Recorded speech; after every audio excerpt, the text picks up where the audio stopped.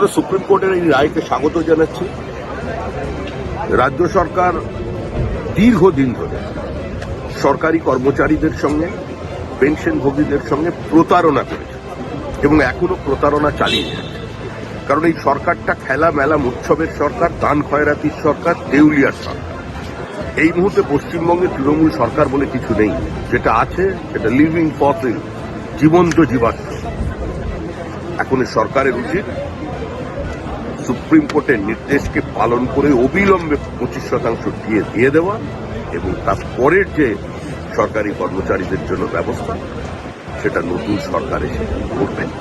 পশ্চিমবঙ্গ সরকারি কর্মচারীর এবং পেনশনভোগীরা তারা কেন্দ্রের হারে ইয়ে পাবেন নতুন সরকারের কাছ থেকে, কিন্তু এই 25% টাকা অবিলম্বে তৃণমূলকে দিতে হবে।